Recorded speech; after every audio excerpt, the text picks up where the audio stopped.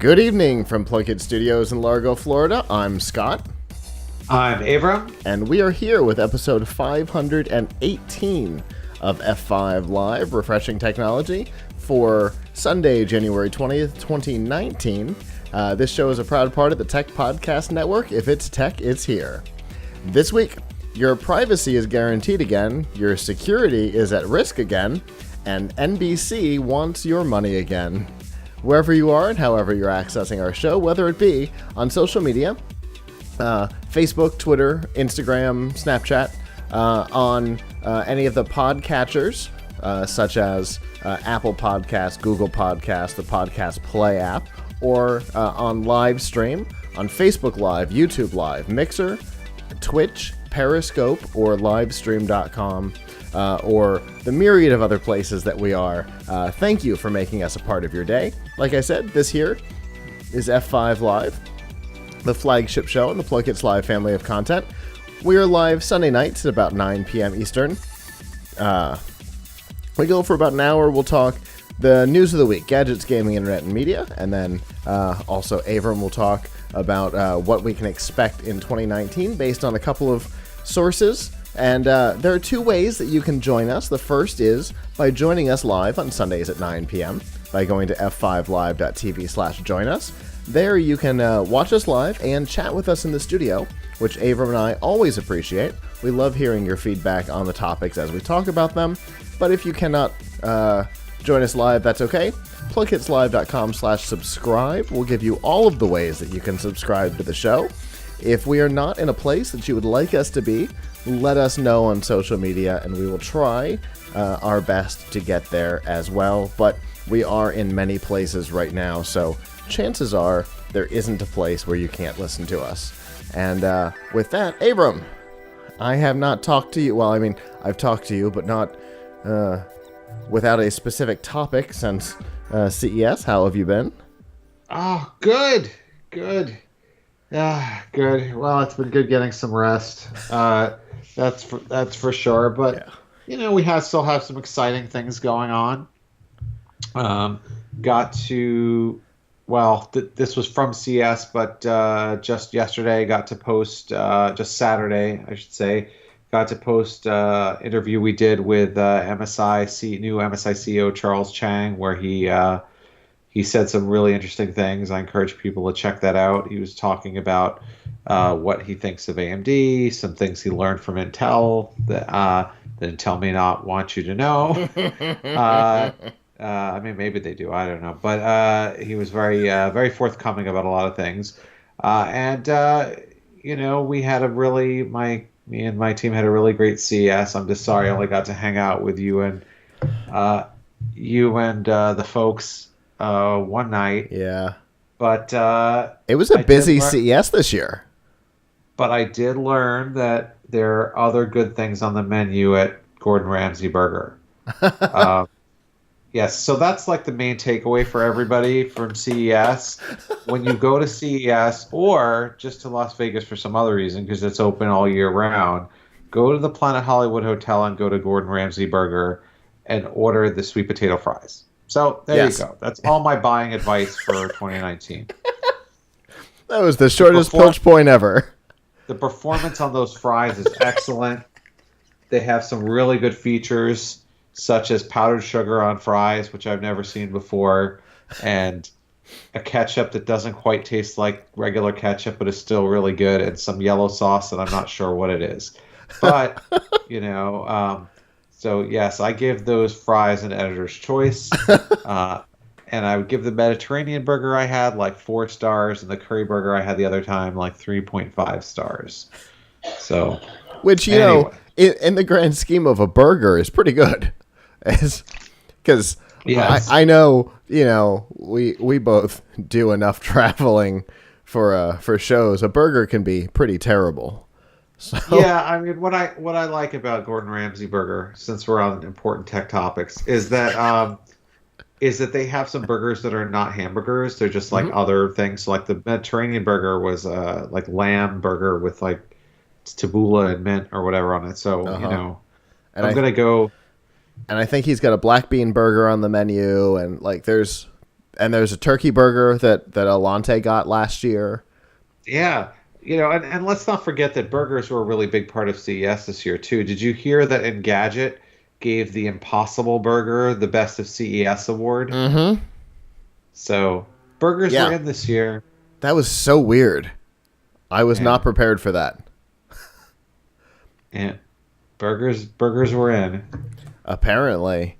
Well, I guess while we're on the topic of CES, we've got two things to do before we get into the show. The first is the PLUGHITZ Live team has a pretty exciting announcement. We made the announcement on the live show for Tech Podcast Network this year, but we have not done it on our air yet. So for CES 2020, the PLUGHITZ Live team will be taking over as executive producers of the Tech Podcast Network live coverage. So Michelle and I will be running the show for 2020. We're very excited about it. We have some changes that we're going to implement for this coming CES that we're going to try out over the next year to see how well they work. Probably starting with Collision this year, we'll try this altered format. But yeah, we're moving out of that little closet that you guys have seen for the last 2 years for the live show. We're going to be moving up into one of the towers, so we'll have a view behind us of the floor like we did a number of years ago. For those who have been following our coverage for a while, when we were in the North Hall, we'll have a similar view behind us of the actual show floor, which will be really exciting. I'm very much looking forward to that. So 2020 will be a big year for the CES live show for Tech Podcast Network, which is great because I think it deserves a revitalization, because nobody quite covers things the way that we tend to. So I'm really looking forward to that. The second thing is that we made the announcement, I believe, the night of Unveiled, that we were doing some giveaways this year. And we did 3 of them. There will be more as time goes on, involving sharing CES content and stuff. But the ones that we did had to do with subscribing on Snapchat, Instagram, and YouTube. And the people who did were entered one time for each platform. And tonight, and the thing that they win is this backpack right here that you can see. It is normally a media backpack, but we are giving one to each platform. And I have the names. I'm just going to give first names because it would be inappropriate to say anything more than that. And then we'll contact you on the social media platform of choice to let you know. So on YouTube, it was Haleon, I believe is how you pronounce it. On Snapchat, it was Josh. And on Instagram, it was John Paul. So expect to be contacted in the coming hours to let you know directly that you've won one of these cool backpacks. So congratulations to those of you who won, but definitely keep track because we will be doing more giveaways on some other stuff. I have a stack of stuff to do giveaways on, so definitely keep track. So that was that. Those were our announcements. We have to figure out, Avram, at some point to get you on the live show next year. Your microphone's not doing anything. Sorry. I would really like that. Let's make sure to make it a priority next year. Absolutely. It's going to be really cool being up on the tower. We are so excited about the Michelle and I went up there and stood and just looked over the balcony, and we're like, this is going to be perfect. It's such a cool backdrop. So we'll definitely have to figure out how to get you on the show. Yeah, that would be really cool. I would really like to. I know we did it one year, and I'd like to do it another. I'd like to do it next year. Yeah, for sure. And that new location will be great. It'll be in the Sands. I don't know if you know where the broadcast tower is in the Sands, but we'll be back over there. So great. No, I don't remember where that is, but I'm in the Sands like more time than I'm in the LVCC. So looks like I'll be in the sands almost exclusively next year. Hey, the sands is the best. It really is. And I'm going to be kind of living in the studio, which I am fine with. The cooler stuff is usually in the sands, although this year I didn't see nearly as much cool stuff in Eureka Park, the startup area, as I normally do, but it's still pretty cool. Yeah, there were a couple of things that I really liked. The little portable dishwasher with that special heating element. The heating element was awesome. Like, that's the thing that made him cool. But the little portable dishwasher for people like in a New York apartment, like a really small New York apartment, or in an RV or a dorm room or something like that, where they can't install a dishwasher, this gives them the ability to have one. Totally cool. Anyway, we will talk about a little bit of that a little later in the Pilch Point. But for now, let's get to some news.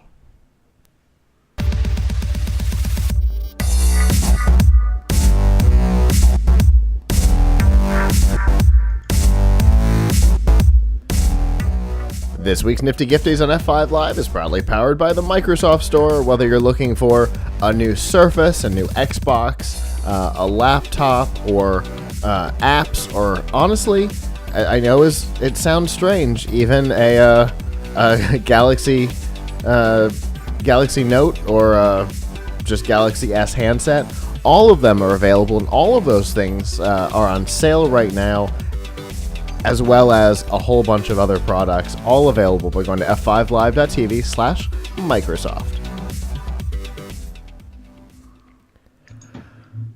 So, when Apple first released their iPhone with Touch ID, a number of publications, a number of lawyers wrote about the potential legal issues involved in using biometric unlock on your devices versus using a PIN, for example. In fact, one of the most prominent writers was actually from here in Tampa, a legal professor over at USF, and the argument was that a PIN to unlock the phone is protected by the Fifth Amendment. A police officer cannot compel you to enter a PIN into a device because it's personal and proprietary information that exists only within your head, which is tantamount to testimony. Whereas the fear was that on the surface, the idea of biometric unlocks did not require any kind of mental energy or proprietary information generated by you, but instead was something more similar to requiring a urine sample for a drug test during a DUI stop or something like that, because it was not invasive and therefore not testimony against yourself, and therefore would not be protected by the Fifth Amendment. Over the last couple of years, court after court has ruled a little here, a little there, mostly on their side, mostly on law enforcement side, that putting your finger on a thing or holding a phone in front of your face was not tantamount to testimony and was not protected by the Fifth Amendment. However, this week, a federal judge ruled that law enforcement could not compel a person to use biometric unlock to unlock a device, which, since it is a federal judge, puts the precedent high enough that all of those jurisdictional questions are essentially settled. The only place this could go at this point is to the Supreme Court, and the chances of them hearing the case are pretty low because the court, as it stands now, would rule in this favor. So, I think this is going to stand for a while. What do you think, Avram? Well, it's consistent, right? Like either they can let you unlock, either they can force you to unlock your device, or they can't, right? Like, But here's what I don't get. Now, I don't know. I don't know enough about being arrested to know the answer to this. But if you're presumably the police are not allowed to to physically harm you. True. All not to say it never. Obviously, we've seen some cases of it happening, but that's not allowed. That's not legal. Right. So how is it that they can compel you to use biometrics anyway without physically hurting you? Like, are they going to, I mean, obviously most people, even criminals, are probably going to cooperate when well, I don't know, most people, a fair number of people will just cooperate. Like, listen, if the policeman tells you you have no right to refuse, then you might just stick your finger on the phone to unlock it. Sure. But let's say you say, well, I'm not sticking my finger on that. What are they going to do? Like, grab your finger, grab the phone, and like twist your finger until you stick it. You stick it in the correct sensor spot on the phone and hold it and just right to unlock.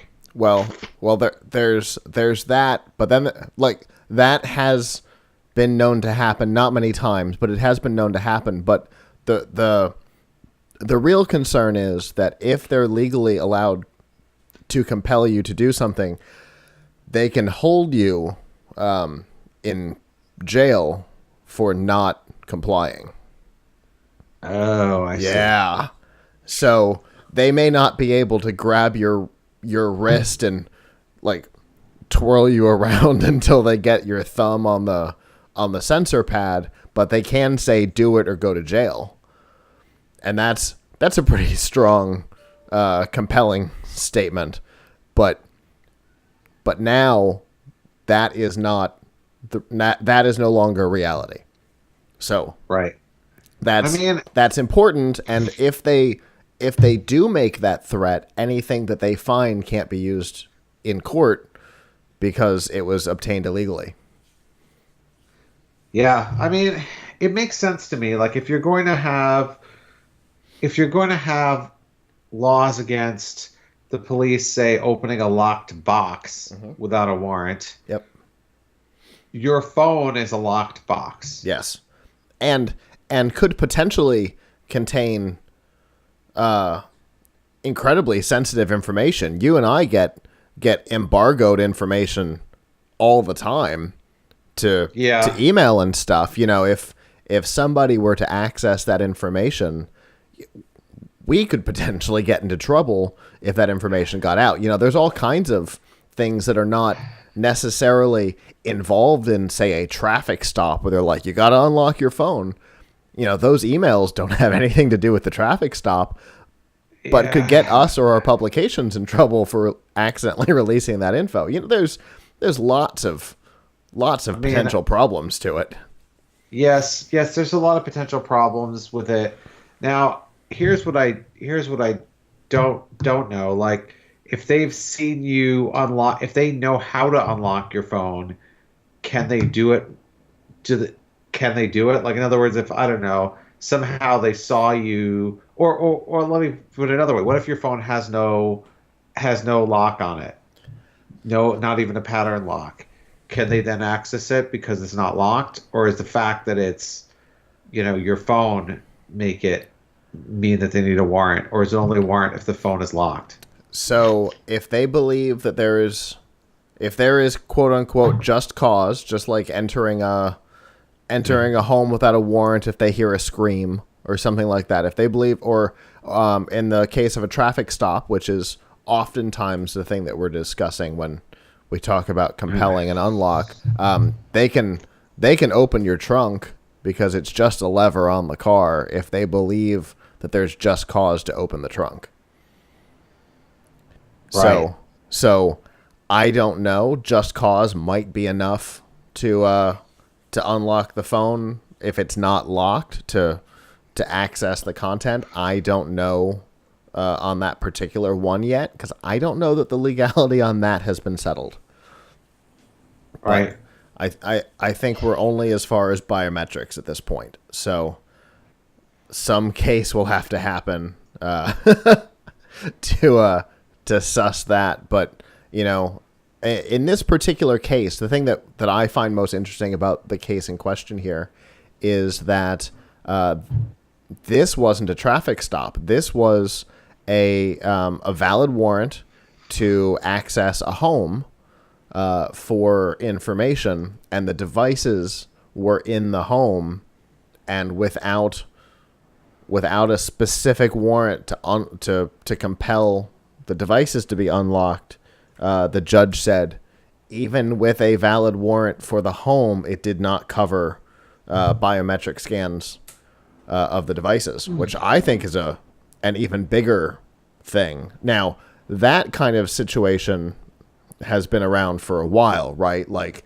we remember the CIA or the NSA or somebody trying to get Apple to create a special version of iOS to get into a locked device. Like, it's pretty clear that compelling to unlock a device is kind of a tricky area. Yeah. But I think we've got some clear guidance now, which in reality is the important thing. We know it's a federal judge, so this is standing. I think there are only 1 or 2 levels below the Supreme Court, so I think this is going to stand for a while.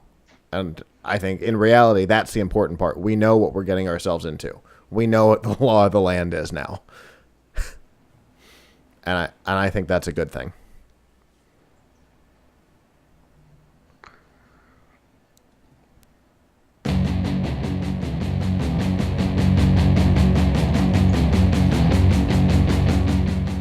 This week's Pilch Point with Avram Pilch is proudly powered by Newegg. Whether you're building a new PC or upgrading an existing one, Newegg has all the parts and pieces you need to complete your task. Whether you're looking for a new SSD, you're looking for RAM or a motherboard, processor, video card, or maybe you're just looking for a new system, like an HP laptop for $130-ish off right now.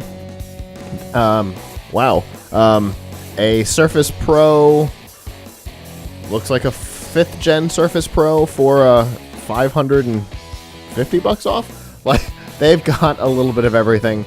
And then they've got their daily deals, which is where that Surface is right now. The daily deals obviously change every day, and you never quite know what they're going to be, whether it be a video card or a portable USB hard drive, a monitor, that Surface. You can find all of that by going to pilchpoint.live/Newegg. So we talked earlier a little bit about CES, Avram, but one of the things that I think both of us like about CES is that we get an idea of where the technology industry is headed over the next year or so, right? Yep. Yes, we did. So there are a lot of things that I made some predictions about at the end of December about what was coming for 2019, and some of them were validated by what I saw at CES, and some of them not. So it's just interesting to we haven't talked online about some of the cooler things that we saw there, and that's all really forward looking. That tells you about trends. So the real winner of CES and potentially a real winner in 2019 is AMD. AMD killed it with their announcements at the show, and if they deliver on those announcements, they're going to have a killer 2019 like they had 2018 as well. So they announced and rolled out the first 7-nanometer consumer GPU, the Ryzen 7. They announced, that's coming in a few weeks, I think. They announced the 3rd generation Ryzen processors to be coming later this year. Those are going to be 7 nanometers at a time when Intel is still going to be on 14 nanometers, meaning that they're going to use less power to give you the same performance. They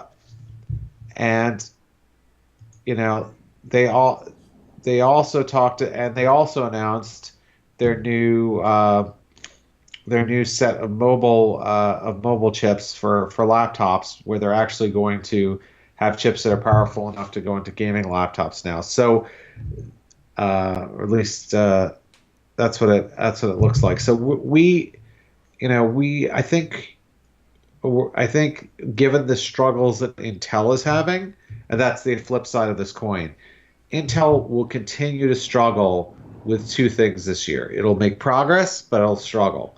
It'll continue to struggle with meeting demand for its CPUs. I don't know if we've talked about this much on the show before, but folks may know that Intel had a really rough second half of 2018, not able to produce enough CPUs to meet demand, and this really hurt a lot of segments in the industry. Yeah.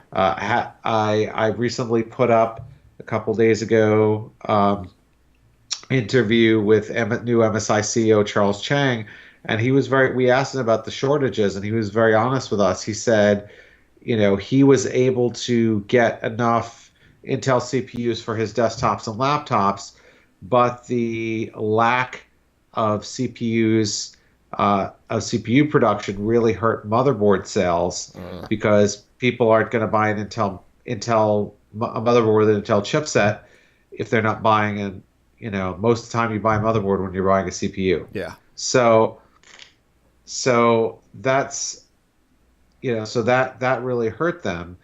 And his impression from what he's heard is the worst of the shortages behind us, but we're still going to see issues with shortages in the first half of the year, getting better in Q3, and he estimates all better by Q4. But that's still a lot of time with shortages. And one thing that he told us that we hadn't really heard anywhere else on the record is that Intel's priority in filling its orders is to put data center chips first, mobile chips for laptops second, and desktop chips in last place.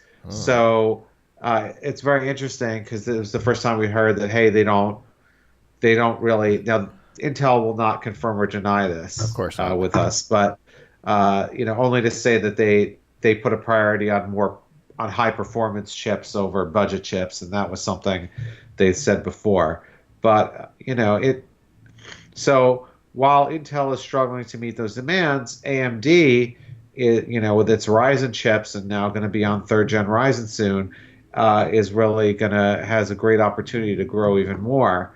And in the desktop space, people are much more willing to embrace AMD than in the laptop space. But this year, I think we'll see more design wins for AMD also. So I think it's going to be a big year for AMD. Other trends that we saw this year are everybody wants to come out with monitors. There's a lot of advancement going on, in monitors. I guess people have realized that that's the thing that everybody who doesn't want a better monitor, right? I sorry to say it, but I know a lot of people who have computers that are a couple years old and I don't know if I can see why I need a new computer. But you go and you look at a really nice monitor and you're like, oh, anyone could tell the difference when you have between a good monitor and a great one. Yeah. So doing things like there's going to be a couple of OLEDs coming out that we've seen, to more 4K, to monitors that are 5K, to also seeing companies that hadn't even been in the space before, like Gigabyte Aorus, coming out with their gaming monitor. Another trend is that G-Sync is pretty much dead. NVIDIA announced that they're going to offer support for AMD's FreeSync synchronization, although they're going to call it something else. Of course, but they're going to offer support for the open standard, right? And so, and what we've seen is very few monitors have G-Sync, and almost every monitor has FreeSync because it doesn't cost anything to implement. Mm-hmm. So I think G-Sync is dead. They won't officially say that, but I think think G-Sync is dead. About as dead as Cortana, which we found out this week is in really sorry shape. Being even, I think Satya Nadella, CEO of Microsoft, said that he doesn't see much of a future for it. And you saw how in the next build of Windows, Microsoft is separating the search box from Cortana, which means the thing that, like, the one area where you had to have Cortana to really get all the features, you don't. So I think the good news is open things that are sort of more popular, open platforms like FreeSync. And I don't know if I would call Alexa an open platform, but it's a platform anybody can implement. Are going, like we saw an Alexa toilet at CES, are going to be more popular this year, and we're just going to continue to see the rise of cool gaming stuff, cool gaming laptops, cool gaming monitors, video cards that make it easier to do high performance 4K gaming, and lots of RGB. Lots of RGB. Yeah, that's for sure. Which I want to put in a quick pitch for our RG Beast article. So tomorrow, our RG Beast article will be going live. Finally, you will be able to, on tomshardware.com, read about what I consider the ultimate RGB build so far. We had about 27 different RGB pieces, elements in our build, from RGB power cables to RGB CPU cooler to RGB chair, RGB monitor, RGB speakers, you name it, we RGB'd it. So check it out. I recently RGB'd the hallway here right outside the studio. Oh wow!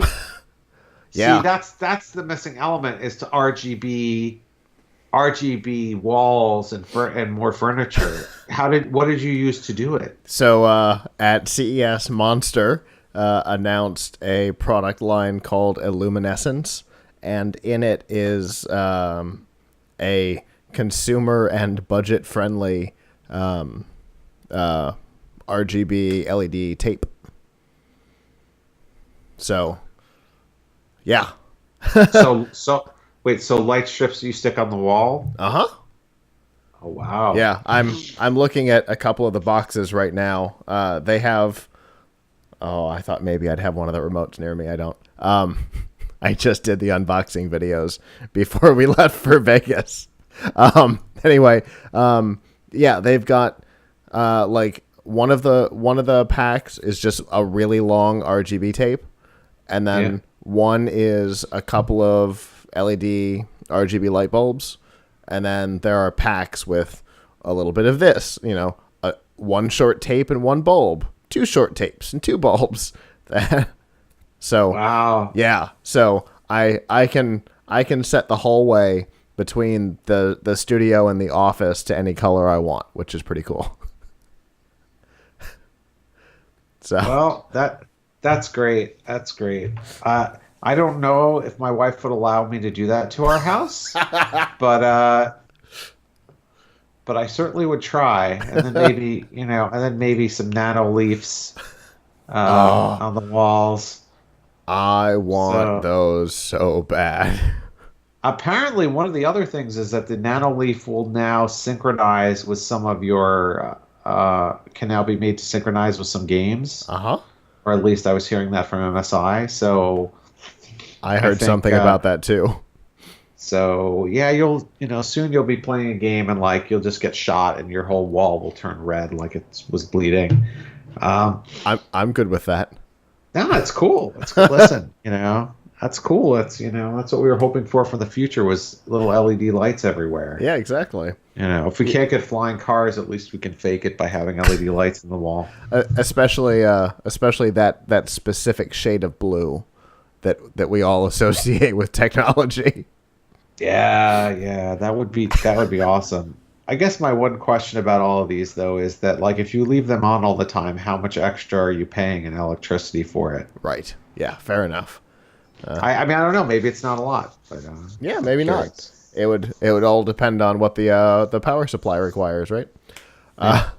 I would like to point out that one of the things that was interesting that I thought was interesting is I saw a lot of coverage on computers at CES this year for the first time in a while. And I wonder if that has anything to do with the fact that Windows 7 is coming to the end of its life in the next 12 months, and PC manufacturers, specifically laptop manufacturers, are looking to hit up those Windows 7 holdouts. I don't know. That's an interesting question. I think they're always looking to Yeah. They're always looking to make a splash there, and certainly they're people are moving thinner, lighter, but honestly, everybody's waiting for 10 nanometer or maybe AMD 7 nanometer for laptops, because they need, if they want to make it cooler, if they want to keep the temperature low and the heat low, they need something with a smaller process node. So it's either got to be a 10 or a 7 in order for them to really advance and make things even thinner, even lighter, or better fanless designs. So until we see that, I don't know how much more thinner and lighter things are going to get. I don't know if they need to get thinner and lighter. Yeah. They can't get too much thinner than a USB-C port. So. Yeah, exactly. There's that, and plus, you still, unless you're using Apple, using MacBook, you still want to type. So. Fair enough. And I think we've learned that the all touchscreen laptop keyboard thing isn't ideal. I'm sure more people will try it again, but it is still, you still can't beat the real keyboard. So, I think obviously there's a lot of every year they're trying to push people to upgrade. I mean, this will push some businesses over the line for sure. Yeah, for sure. I don't think consumers who have a Windows 7 laptop from 5 years ago are worried about the end of support. Maybe they should be. Yeah. But I don't think they are. Fair enough. Before we move on, where you said you published that interview yesterday, where can we find it? Yes. So if you go to tomshardware.com to our homepage, you will find our interview with MSI CEO Charles Chang, and then you will also find, in a few hours after the show airs live, our RGBeast article and video about how we built and all the parts we used to build the ultimate RGB battle station. So check those out on tomshardware.com.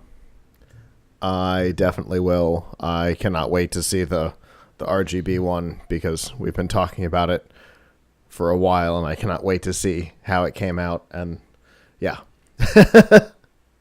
The only problem is at CES, I saw a whole bunch of things that I was like, oh man, this is coming out in a few months, and it would make our thing even more RGB than it is now. So just remember, it's a snapshot in time. That's all I'm saying. Absolutely, as these things always are. Yeah. Well, definitely appreciate the look into the future, both from the perspective of MSI and CES.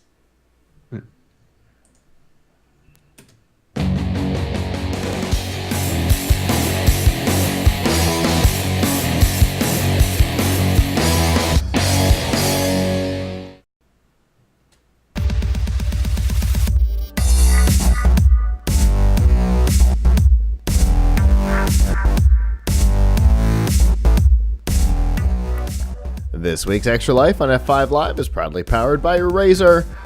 Up your game on PC or console with Razer accessories. Whether you're looking for a great controller, a mouse like I use here in the studio, a keyboard also like I use here in the studio, or even things like the Razer phone, the webcam that has the chroma key built into it, or, as Avram was just talking about, a whole line of RGB enabled accessories, mouse, keyboard, mouse pad, and a bunch of other stuff, all powered through the Razer Chroma interface. And there are a number of limited time deals right now, including a Call of Duty Black Ops 4 edition laptop. And to find all those deals and all of the products, you can go to f5live.tv/Razer. So,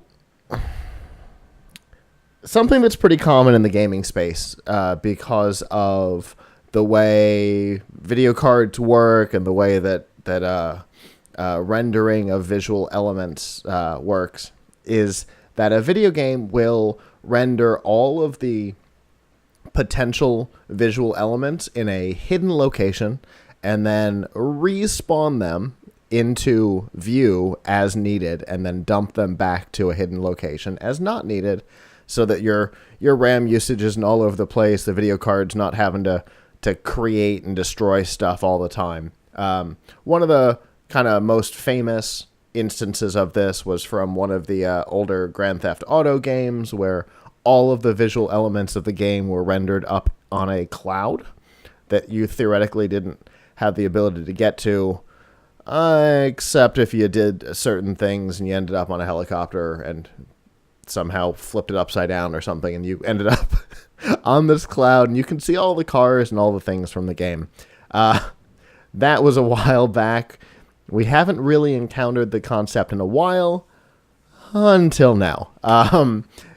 In the already controversial Fallout 76, there is a hidden room that they're calling the developer room that has exactly this. All of the visual elements of the game are rendered within this developer room, including elements that are not yet part of the game. Now, just like with Grand Theft Auto, the room is not available by normal human beings. However, apparently some third-party software is giving people access to said room, and just like any other visual element of the game, when you encounter it, you can collect it. And so some nefarious people are going in the room, grabbing some things that do not yet exist, and putting them out into the marketplace, which is kind of screwing up the in-game economy. So, obviously, the developers, Bethesda, are not happy about this and are issuing temporary bans for anybody who enters the room.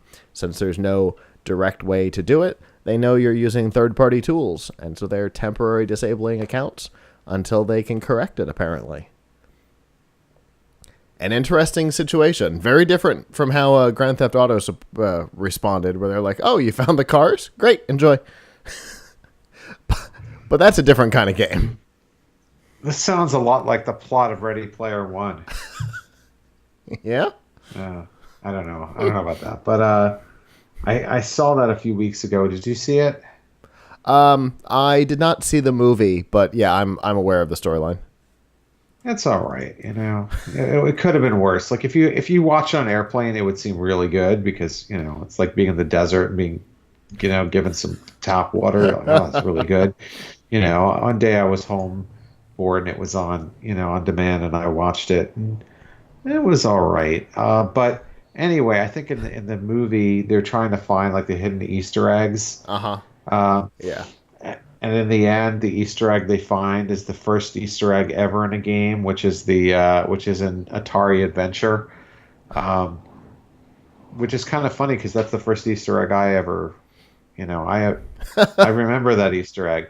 So I guess nice. I guess their attitude is that this is not an Easter egg. Yes, yeah, this is not an Easter egg. It is not supposed to be accessible to players at all, despite the fact that there's an NPC with a name hanging out in the room. So it is definitely intended for developers to be able to get to, possibly to be able to test interaction with certain objects and things like that. But it is definitely not intended for you or I to be able to get there, and requires special tools to do so.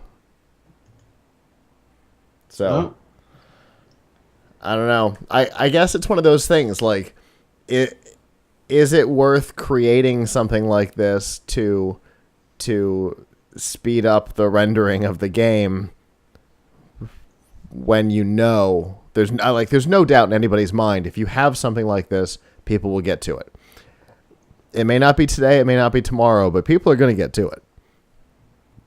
So Yep. I guess as a developer, you've got to weigh that, right? Which is more important, the protection of the economy or the quick access of visual elements in the video card?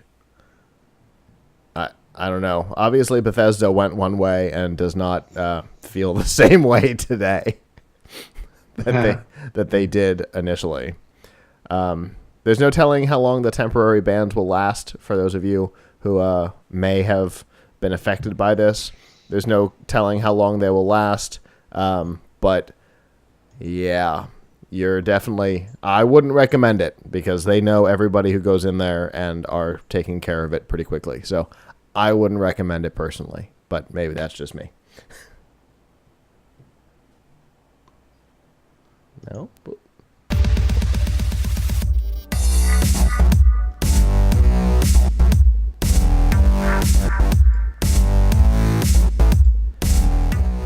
This week's Riff Tracks on F5 Live is This week's news from the tubes on F5 Live is probably powered by Riff Tracks. I know what I'm doing. This is not the first time I've done this. Oh my goodness, it's probably the 300th time. Anyway, Riff Tracks, make fun of movies, or let the professionals, Mike Nelson, Bill Corbett, and Kevin Murphy, do it for you, because they're the former stars of Mystery Science Theater 3000, and they're really good at making fun of B-movies and blockbusters. B-movies like Yor, Y-O-R, Yor, The Hunter from the Future, which looks absolutely terrible. I'm pretty sure he's fighting a giant bug that's made out of tree bark. Those are, for me, those are the best. You download the MP3, play it along with your DVD, Netflix, Amazon, wherever this horrible, horrible movie exists, and laugh. From time to time, they do some live events. I don't know if they've got the 2019 live shows scheduled yet. Not yet, but there will be some. There always are. They're wonderful. They've also got short films, industry films and stuff like that, and they make fun of those as well. And to find out all of the movies and the shorts that are available, you can go to f5live.tv/rifftracks with an X. Seriously, this looks like a beetle he's fighting, and I'm pretty sure it is made out of tree bark. Just, God, I love B-movies. Anyway. Me too. So, obviously, we know 2018 was seemingly the year of the breach. It seemed like every week, Avram and I had to make the decision on whether we were going to talk about yet another security breach or some other topic that was way more interesting to talk about. And more often than not, we went with the second one. But this week, we just can't ignore it because we're starting out 2019 with a bang. One of the largest security leaks in history. One single collection of credentials entitled, appropriately, Collection Number 1. So whoever put this group of credentials together was not terribly clever, but apparently good at collecting information. 2.7 billion total credentials, email and password combinations.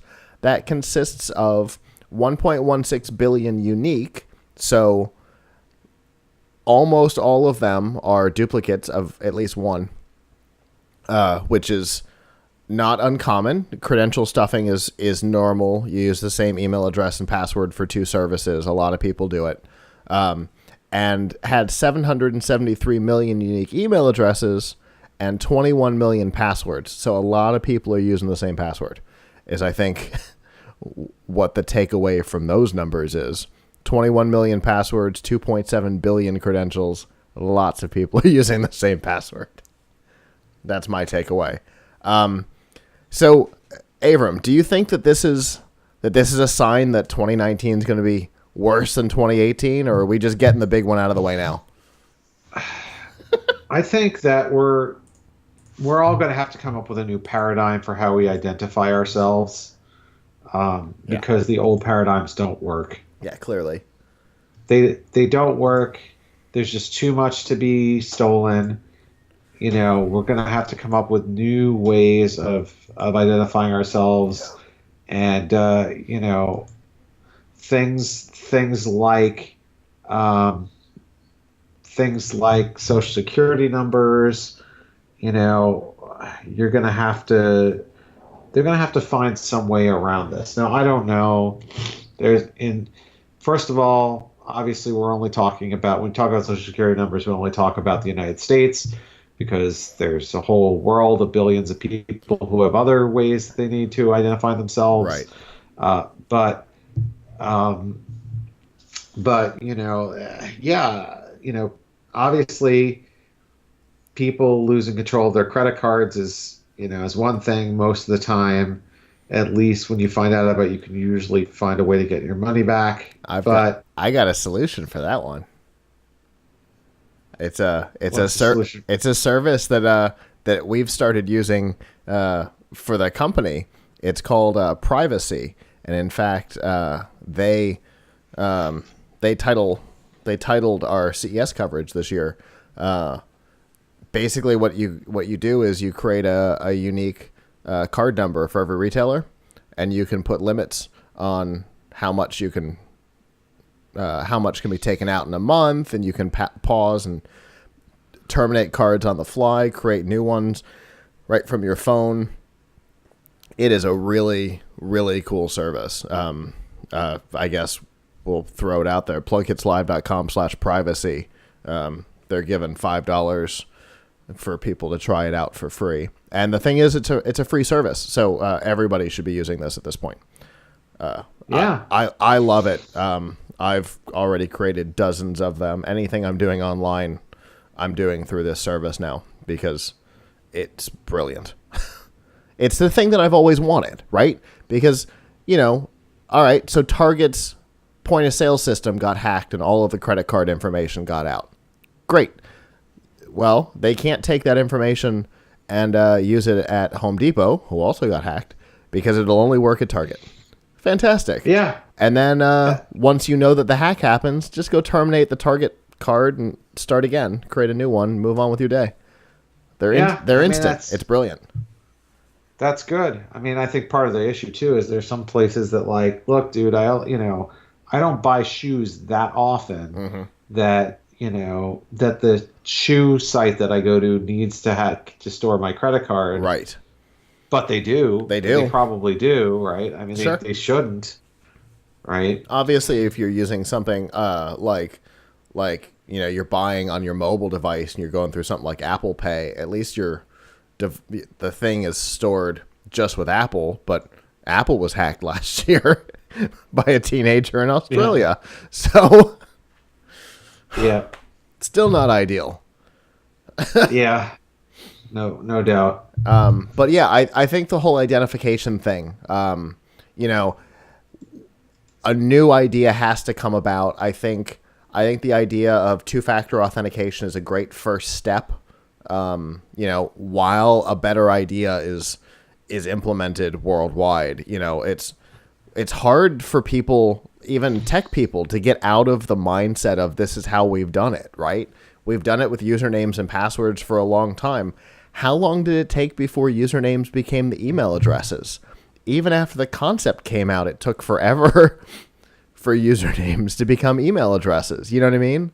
So, right. It's two-factor authentication anywhere that supports it. 2FA is a great stopgap, because now they have to have the username, the password, and the connecting piece. Now, there's ways around that, obviously, but physical two-factor authentication is starting to become more and more prevalent. We did an interview with a company with a product called YubiKey.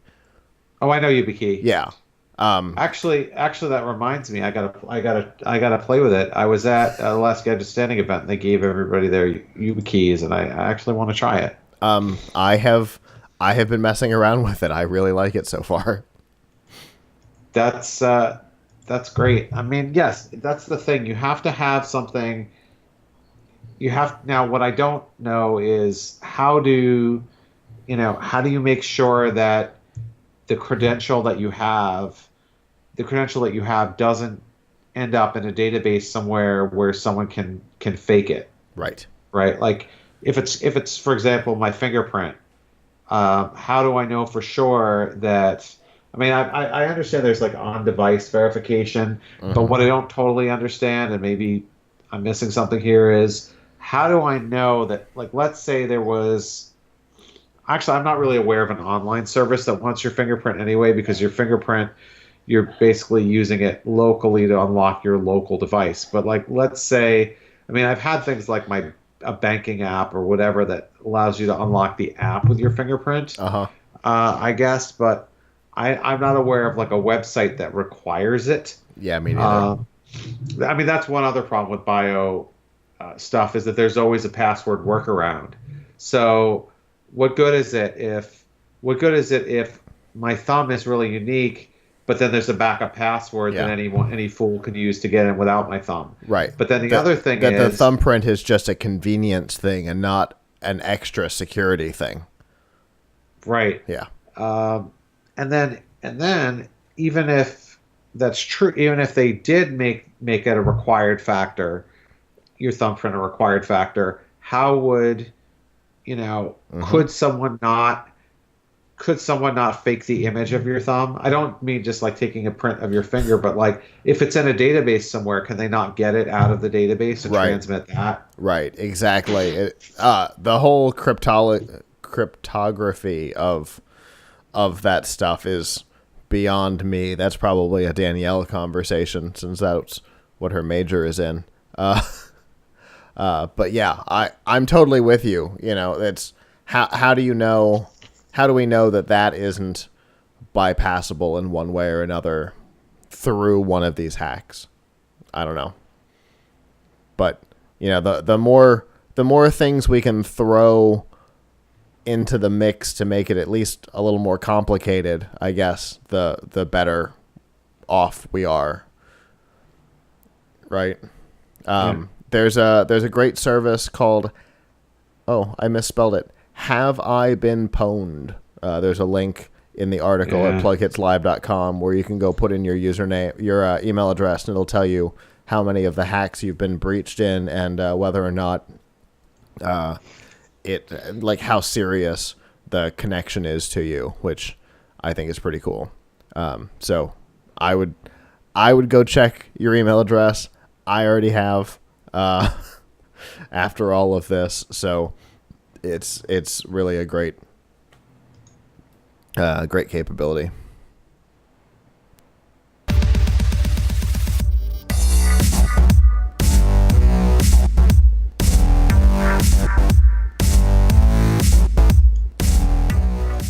This week's DRM Not Included on F5 Live is proudly powered by Amazon Prime. You know your basic features, you get free shipping, sometimes same day, sometimes 2 hour, depending on where you are. But there's a whole bunch more that you get with Amazon Prime, including Amazon Prime Music, which has several million tracks available to you for free as part of your subscription. There's Amazon Prime Video, which I know is Avram's favorite part, because there's TV shows, there's movies, there's documentaries, original and licensed content, plus a whole bunch of back catalog stuff from HBO and all kinds of stuff available, again, as part of your subscription. Then there's my favorite part, which is Twitch Prime, where you get one free subscription to a Twitch channel per month, which you could use to subscribe to PLUGHITZ Live if you would like, or any other Twitch channel. And you also get free games every month, which is really the win for me.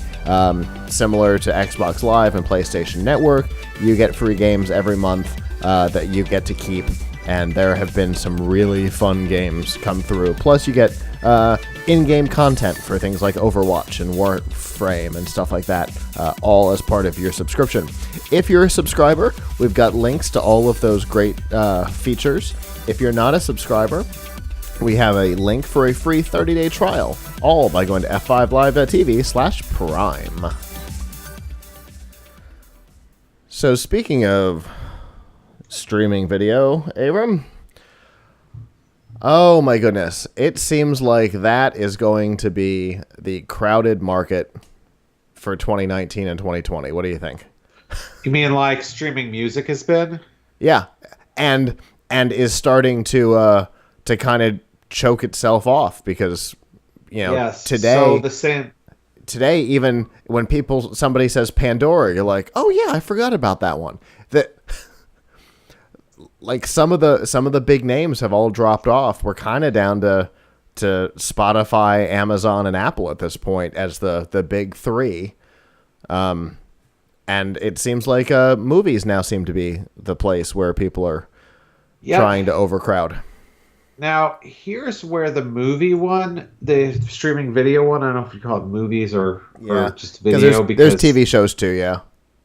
I mean, so here's where this one gets a little more complicated. They actually have original content that people want. Uh-huh. Whereas, like, the music one... Unless you were Tidal and you had your 12 original... Your 12 exclusive albums. It just didn't work out, right? Yeah. But with but you have, for example, so Disney is coming along and they're going to have their streaming service, right? And Disney streaming service is going to have Star Wars shows and Marvel shows, right? So I want to watch that. Then while Netflix is losing all of those, there's still some cool shows on Netflix, like. Every time I want to cancel Netflix, I turn around. There's like one show that I want to watch that month. So, like, for example, if you're an adult, Sex Education, that is the one for January.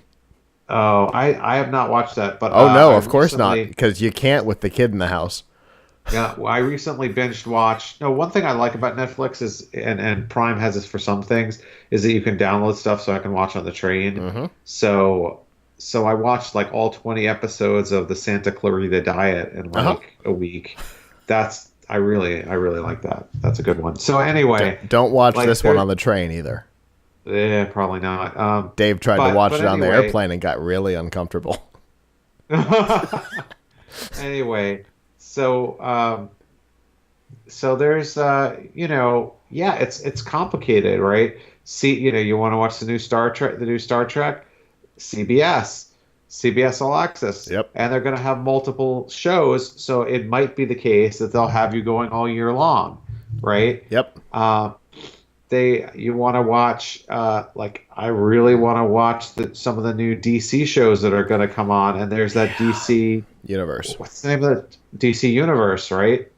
I would love to get DC Universe. Yep. Just the other day, I signed up for, and I gotta cancel it, but I keep finding stuff I want to watch on it for BritBox. So which is like all British TV. What is it? BritBox? BritBox. Okay. I tried a free trial of it through. You can do it as a Prime channel, or you can do it on its own. Okay. It's like $7 a month, and I signed up for the 7-day free trial because I really wanted to watch like some Doctor Who's. And now, but the thing that's wrong with BritBox is they don't, at least for most of their shows, allow you to download them for offline. So I can't watch on the train. Got it. So, that's the, if you're listening, BritBox, you really got to fix this. People wonder, who's going to be offline? Well, if you're commuting, you can't count on having a good enough signal to stream video. Yeah. For the ride. So and even download stuff. And even Netflix, who said for how long, no, we're not interested in supporting this. They're like the biggest supporter of it today. Yeah. Well, I mean, you need it. You need it for the plane, you need it for the train, you need, if you were with kids in the car or something, you can't. 4G connectivity is not that great. And some people even have data caps. So yeah, if you're outside your home, you're gonna need the download option. So yeah, I mean, yes, I can totally see more companies getting into this, and the problem for consumers is if they have something you really want to watch, you might have to make a difficult decision. It it almost the amount of quality stuff on some of these services does sort of make it seem like cord cutting may be the next. I mean, everybody's cord cutting, but it may be at the point at which, like, oh man, I need to be a cord cutter at this point because all the channels I want actually aren't channels. Uh-huh. Yeah. Because you've got CBS All Access, which it seems like all of CBS's good content is all access exclusive, right? Yeah. Uh, Yep. So and then now you've got NBC. The reason why we're here, NBC has announced that an NBC Universal streaming service is coming. Now, it's important to note they have a streaming service now. This will likely replace it as a bigger and more interesting version of what they offer in their app and on NBC.com right now, where it'll be but here's the thing. NBC's is going to be free if you have a cable or satellite subscription. yeah, at least, right? CBS is getting you coming and going. Yeah, Because exactly. if you want CBS Live, then you've got to get. So I think if I were Oh a yeah, cable provider, and NBC is going to have your local live network available through the service, which I don't think CBS offers yet. They've talked about it, but I don't think they offer it yet. But it's going to be double the price of CBS All Access. if I were a cable provider, I mean, what we haven't seen yet is how net neutrality, the lack of net neutrality, might end up playing into this. Uh-huh. So far, I haven't heard anything much about companies really like trying to bilk consumers or bilk providers for streaming. But if I were a cable provider, I would try to make some kind of a deal to package some of these things to my customers, because right now some of the best programming you can't get on cable. So Yep. I mean, I don't know if Netflix is interested in doing this, or or it's Disney or any of these others, but it seems like they're going out to do what they used to do through their cable channels. Yes. Right? They're only, in fact, you could say they're only doing with streaming what they have done or might have done with cable channels. Right? Indeed. So with premium cable channels. So, if I were Fios or Comcast or somebody, I would try talking to some of these companies and say, is there any way that we could like bundle you with our service? I believe, if I'm not mistaken, that Comcast has some sort of a deal with Netflix, because some Comcast cable boxes even have Netflix built into the receiver. Right, and that's what you want as a consumer, right? Like, Right. You don't want to have to go to a separate box or a separate menu or whatever to get it. Yeah. So. I use the Xbox One interface for all of that. So yeah, I totally agree with that sentiment. I like having a single interface that deals with everything. Yeah.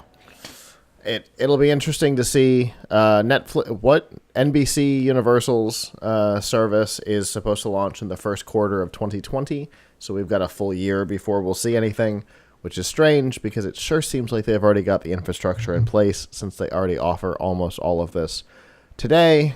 It's weird, whatever, don't care. It'll be a year before we see this new service come to light, and by then we may already see the what is it, the pocketbook effect, the $10 effect, because we've got Netflix is going up on its two highest price plans are going up, I think, next month, and we just listed a whole bunch of services, and then we know there's more than that because we didn't even talk about Hulu or any of the live streaming services like Hulu Live or Sling TV or any of those things. There are so many streaming services today that, you know, the pocketbook effect is going to have to start coming into effect at some point. If only we lived in a world where that was the main thing that we worked for. Like, oh, you know, don't need money for food, for housing, for, you know, for gas, for healthcare. Working 9 to 5 for those streaming services. For some people, it seems like that's their goal, but that's neither here nor there. Yeah. But anyway, we've got a year before we see anything out of this, so I guess for now we'll just wait and see. And that is our show.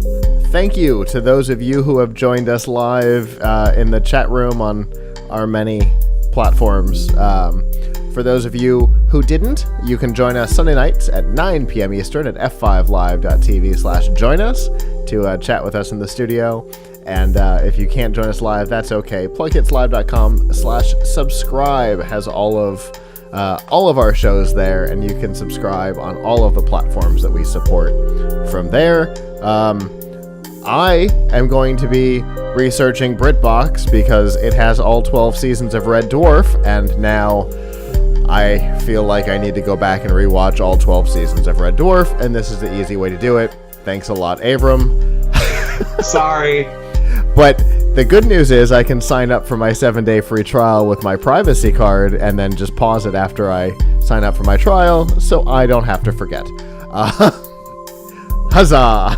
Anyway, that is going to be, after I publish the show, that's going to be my night. On behalf of the staff that's not here, I'm Scott. I'm Avram. And we will see you guys back next time. Ciao.